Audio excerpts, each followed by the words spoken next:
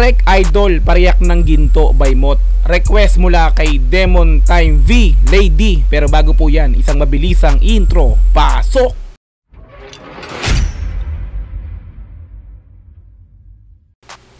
Mot Ginto official lyrics video produced by Eversince. Naka-upload syempre sa YouTube channel ni Motivated, Mot.Baited, no? Na mayroong 135,000 subscribers.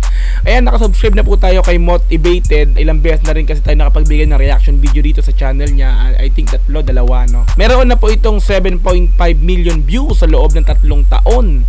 No, in-upload po siya noong April 12, 2020. So, yung pandemic to in-upload.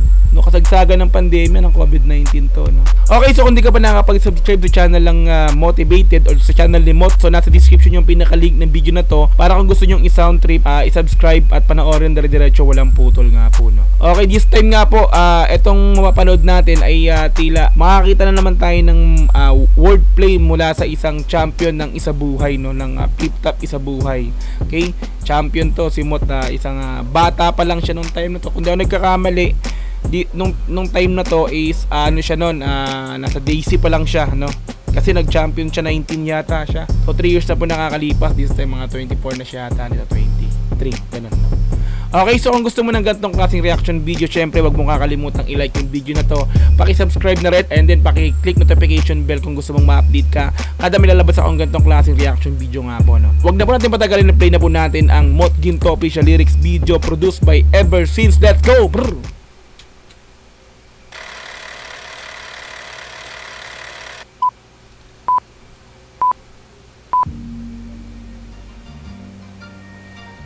Gintong araw. Ayan, o. Na song by Mot. Malalalim na naman to. Angas ng ano niya, no? Joy to, diba? Joy to the world yun. Parang ganun, iba na konti.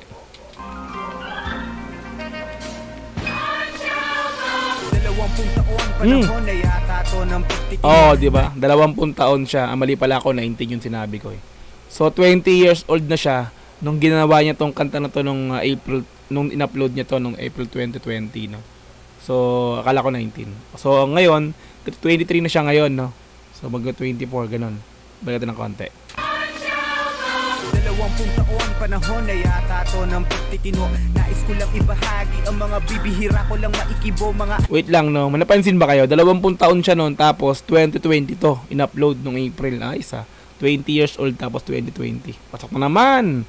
Iba talaga pag Mot, palaisipan. Tuloy. Nais ko lang ibahagi ang mga bibihira ko lang maikibo, mga alaalang ginto sa ano man na naging kabanata nito ang pag-ibig sa bawat ugnay. So para tong mga memorable, no, yung pagkabata niya, no, yung sinasabi niya rito, no, yung mga nangyari ng mga kabataan niya, no, tuloy iisa-isa niya siguro dito, no. Balikan ng konti. Ibo mga alaalang ginto sa ano man na naging kabanata nito ang pag-ibig sa bawat ugnayan ng kayamanan na siyang naitatabi ko. Simula sa babae nagsabi sa akin na dapat ay manindigan ako. Nanay niya.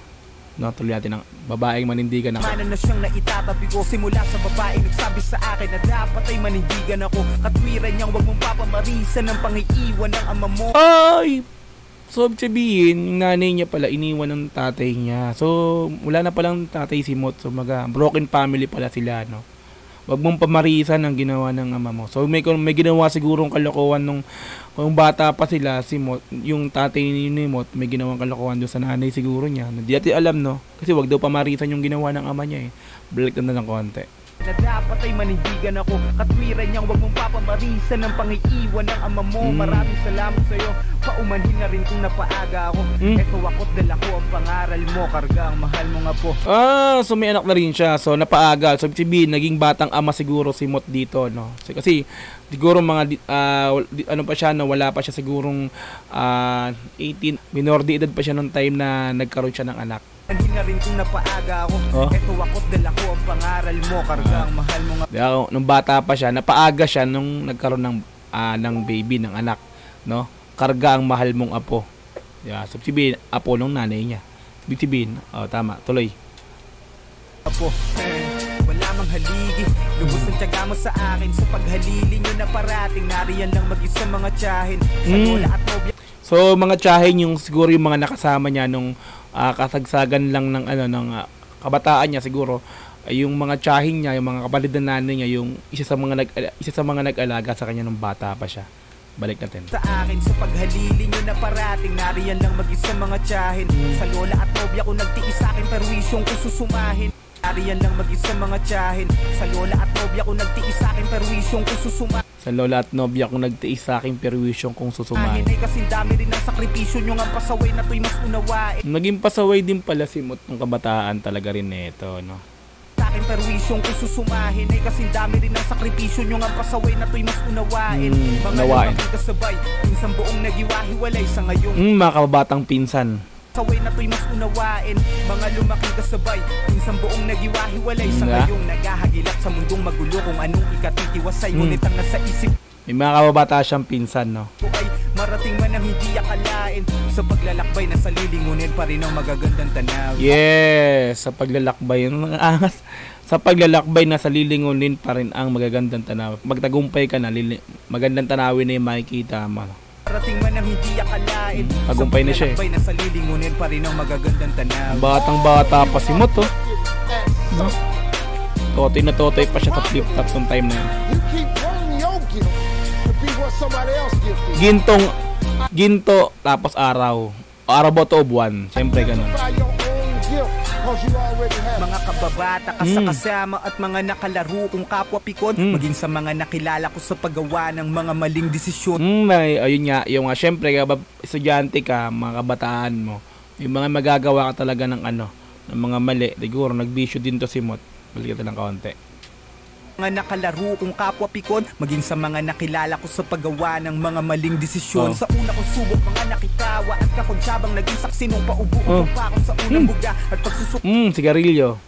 So bata pa siya, natuto na siya manigarilyo, nandito na, paubo-ubo. Siyempre, normal yan. Pag mga teenager ka, para masabing okay, sige, tropa na namin. Siyempre, lahat sila nag-yosi.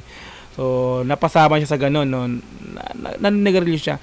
So, actually kasi ako talaga, sa totoo lang, hindi sa pagyayabang, no? Ako talaga, hindi ako naninigarilyo. Naging bisyo ko lang talaga is alak lang talaga, no? Marami akong mga kaibigan, barkada na lahat ng bisyo halos sa tikpan na nila, no? Sa harap ko mismo may mga gumagamit ng mga illegal na droga, yeah? Kung ano-ano pa yan, no? Lahat halos ng mga kaibigan may ganun ako, pero never akong gumamit ng drugs, illegal drugs.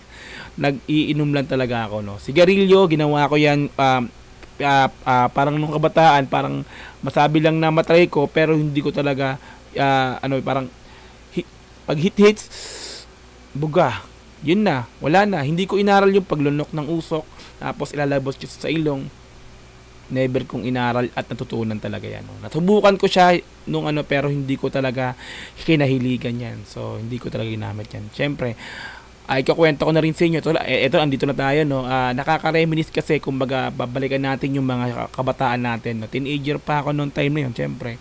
Magulang ko, hindi ako, maaga akong hiniyaang, siyempre, lalaki ka. Maaga akong sinabihan, okay lang, sige, kung magiinom ka, inom lang, no? Yun, pinanghawakan ko yun, sasabi ko sarili ko, pinayagan nila ako mag-inom sa loob, 13 years or 14 years old ako nun, nung pinayagan ako ng aking nanay na mag-inom nga. So, yun, nangangati pa yung likod, namamasa-masa, syempre, first timer ka, virgin ka sa alak, normal yan pag bago ka pang manginginom sa alak. So, ginawa ko, pinanghawakan ko yan, syempre, pinayagan ako, masaya ako, pinayagan ako, hindi na ako kailangan magtago pa kapag mag-iinom ako sa nanay ko. Diba? Hindi na kailangan itago kung kapag uwi ako ng lasing, alam niya. So, yun lang, hanggang dun ka lang. Dapat kung, sana hanggang dyan ka lang, yun, pinanghawakan ko yan. Kaya hanggang ngayon, hindi ako naninigarilyo. So, swerte ka na pagpapayagan ka ng magulang mo na magiinom ka at inom lang. Huwag ka nang matutong manigarilyo. Pero sa mga naninigarilyo na gusto na tumigil na, proud ako sa inyo kasi mahirap talagang tigilan ng bisyo na yan. Lalo ko na umpisahan mo, no? So, unti-unti, pag nahinto nyo yan, saludo sa inyo. Ayan, haba ng sinabi ko, tuloy natin na. Subok mga nakitawa at kakonsyabang naging saksi nung paubo-ubo pa ako sa unang buga at pagsusuka ko sa unang inom. Yan, sa unang inom. So, unang inom niya ng alak. puyatan laging konsumisyon sa mga tanod. Mga Kasi naging pasaway din siya sa mga tan. Hinahabol din siya ng mga barangay mag-curfew kasi kabataan nga bawal ang mga bata sa labas. So may curfew, hinahabol siya ng mga barangay. Ganon naman talaga lahat tayo eh. Pagka bata ka pa bawal ka sa labas. Tuloy. Klaseng kasabay yung umuwi pag tumatawid dun sa bakod. Nagkakating classes. Ang ganda pa. Ito na lahat ng mga verse ni Moto. Nalalagyan ko ng reaction, no. Iba kasi, no, parang ang sarap ibigyan ng reaction yung kanta ni Mot na ginto na to, no. Balik ito ng konti. Laging konsumisyon sa mga tanod, mga kaklaseng kasabay yung umuwi pag tumatawid dun sa bakod. Mga katrabahong kautangan at kapangakuan tuwing sahod. Nagkatrabaho, may kautangan. Totoo yun. Mga realidad ng sinasabi ni Mot, ang galing talaga ng mga katrabaho, kautangan at ngakuan. Mga ngako ka, sa sahod ko na lang ako magbabayad. No? So ito, tapos na tayo sa pagiging kabataan niya, no? So tumuntong na tayo ng eto na. Gumraduate siya ng high school, nagtrabaho siya. Nung nagtrabaho siya, eto na yon. So mamaya, ibig mula sanggol siya. Ang ganda, no? Ganda ng meaning ng kanta na to, no? Mula kinikwento niya rito nung mula pagiging sanggol niya hanggang sa paglaki niya, no? So tingnan natin at tuloy-tuloy natin to.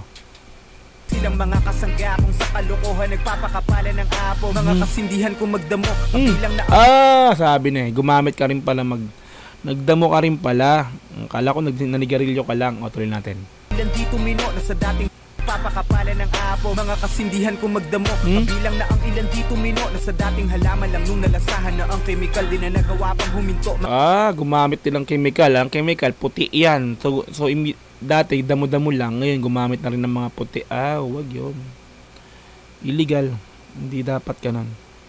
Pero dun sa mga tumigil na, saludo sa inyo. Sana itigil na rin yan sa mga nagkapatuloy pa hanggang ngayon na gumagamit yan.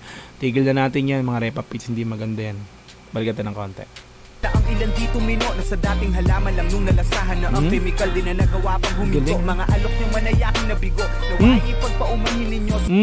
Kasi nga, sinubukan siyang ang ganda ng mga Mot. Inalokan siya, naggumamit, no? O gamitin mo to, ha? Mga alok nyo may aking nabigo, naway ipagpauman. Ang galing ng mga verse nito. Inalok siya, gumamit ka nito, pero tinanggihan niya, no? Pinagpaumahin niyo, no? Ang galing. Sa akin, sa totoo, sa buhay ko yung nangyari yan.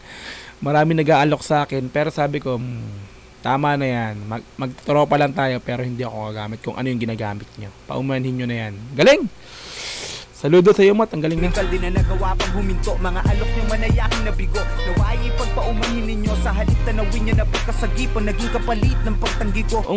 Sa halip tanawin nyo na pagkasagip ang naging kapalit ng pagtanggi ko. Ang ganda ng mga bara mo, Mot.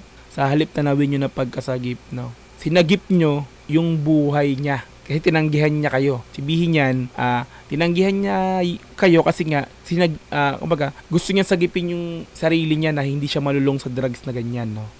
At sa ngayon, kamustahan na lang. Napabuti man o mas nalulong. Tanguhan na lang sa mga pagkakataong sa daan ay magkakasalubong. Dalak mo pa rin ang tatanguhan, syempre yung mga kabata mo. Oy, saan ka? Matala ako. Gusta. Yan. Minsan lang magkasama-sama, no? Sarap balikan ng mga meaning. Tanguhan na lang sa mga pagkakataong sa daan ay magkakasalubong. Dala ko pa rin ang naranasan ko noon. Marating man ang di akalain. Higit sa destinasyon ay nasa paglingon pa rin ang magagandang tanawin. Diba? Kumbaga hindi niya akalain magiging ganun siya, no? Balikan ng konti, Marating man ang di akalain. Dala ko pa rin ang naranasan ko noon. Marating man ang di akalain. So, sabihin, ano yan, yung mga memories ng kabataan niya, yung mga pagkabata, mga nangyayari sa buhay niya noon, dala niya pa rin yun, no? Ala, no? Nasa tugwatog na siya ngayon, naging champion siya ng flip-top isa buhay. Naging kilala siya ngayon, no? Dala niya pa rin yung memories. Hindi niya kinakalimutan kung ano yung dati, kung sino yung mga nakasabayan niyang lumaki, mga kabataan, di ba? Kung sino yung mga nakakasama niya sa eskwela, sa trabaho. Never niyang kinalimutan yun kahit sikat na siya. Yun, tuloy natin. Higit sa destinasyon ay nasa paglingon pa rin ang magagandang tanawin. You can't name one bad day you ain't got this. In order to get the life of convenience, you gotta have a very uncomfortable life. Ganda ng meaning mo. Kinikilabutan ako sa lyrics. Kasi bumabalik tanaw sa akin yung mga dati rin ako. Siyempre, napagdaan na natin yung pagiging kabataan. Mapusok, di ba? Pero di ako nag-drugs. Proud ako dun. You gotta get dirty, you gotta get your feelings hurt, you gotta get Hindi ako nanigarilyo. disappointed, you gotta get told no, you gonna ask somebody for some money, he gonna tell you no, but show me something that has grown into something beautiful that didn't have no Mga dirt. alaalang nasa litrato o mga imahe na nasa isip, balik tanaw kung tinatrato bilang mga buhay na panaginip na kadalasan Alaala na lang, no? Mga litrato. kung sinisilip sa mga oras na matahimik, tanging nananatili kong baon sa bagong paligid. Kumbaga, sa gabi, parang matutulog na siya, mahimbing na, no? Tahimik na lahat. Doon niya naalala lahat ng mga, mga nakaraan. Lalo pa nakikita niyo yung mga litrato, no? Tuloy. Marating man ang kaibuturan ng mga pangarap kong kinasasabikan, huwag mong kakalimutan lahat ng nasa iyong pinagmulang di mapapalitan. Tama! Gintong alaala, men. Hindi mo dapat kalimutan yung mga nakaraan. Napakasarap balik-balikan yung mga kabataan, yung... Ay, kinikilabutan ako sa lyrics mo. Tuloy. Dahil ang iyong matututunan kung sakaling dumating ka sa kasawian, wala ka mang mapatunguhan ay meron ka namang mababalikan. Ey, puti ka nga, Aston. Wala ka mang mapatunguhan, meron kang babalikan. Alalim nun. Kumaga, lahat tayo mamamatay. Lahat tayo mawawala sa mundo. Pero yung alaala mo, andun pa rin yan. Huminto na yung mo, nag-stop ka na. Parang syempre, deads ka na. Pero yung alaala nila, alaala mo, nung dating kabataan mo, mga ginagawa mo, yun, parang history na lang. Kasaysayan, di ba? Galing, no? Balik na ng konti. Aling dumating ka sa kasawian, wala ka mang mapatunguhan ay meron ka namang mababalikan. So, di ba? Ang angas, no? Maraming salamat sa inyong lahat. Yun. Siyempre sa mga naging bahagi nito. Salamat sa karanasan, mga alaala at aral. Mga tahanan. Rest in peace, Naslem. Ay! Naway payapa ka na dyan. May kaibigan pala siyang nikilabutan ako sa lyrics. So. Mayroon pala siyang mayapang kaibigan. Hanggang sa muli. Life has disappointment, it got peaks and valleys. You gonna lose somebody you care about one day. Alright, so doon na po tayo natatapos sa pagbigyan ng reaction video sa Mot Ginto official lyrics video produced by Ever Since. Napakaganda, masasabi ko lang, napakahusay, ang galing. Iba talaga pag Mot, no? Lyrically, kada bars halos sinibigyan ko ng reaction dito, no? Kasi yung walang tapon yung mga bara niya, men. Biruin mo nun, ginto, no? Ginto talaga. Kapag kaya pala sinabing ginto, gintong alaala, gintong araw ng mga nakalipas sa'yo. Salute, Mot, ang ganda, napakahusay. Ayan, so like natin yung video, automatic yan. So, isubscribe nyo na po yan si Mot. Motivated na yan si Mot, no? Napakagandang napakagaling na artist na to, sa buhay champion. Nasa description yung link ng video na to kung gusto nyo panoorin ng dire-diretso. Kung gusto nyo isubscribe at sound trip nga ng walang putol yung kanta nga po ni Mot na Ginto na to. Okay, kung gusto mo rin yung pagbibigay ko ng reaction video, syempre wag mo kakalimutang i-like ang video na to. Paki-subscribe mo na rin yan and then click notification bell para ma-update kita kada may lalabas akong ganitong klase reaction video. Hanggang sa muli, maraming salamat, Dogs GTB. Peace and I'm out. Yeah.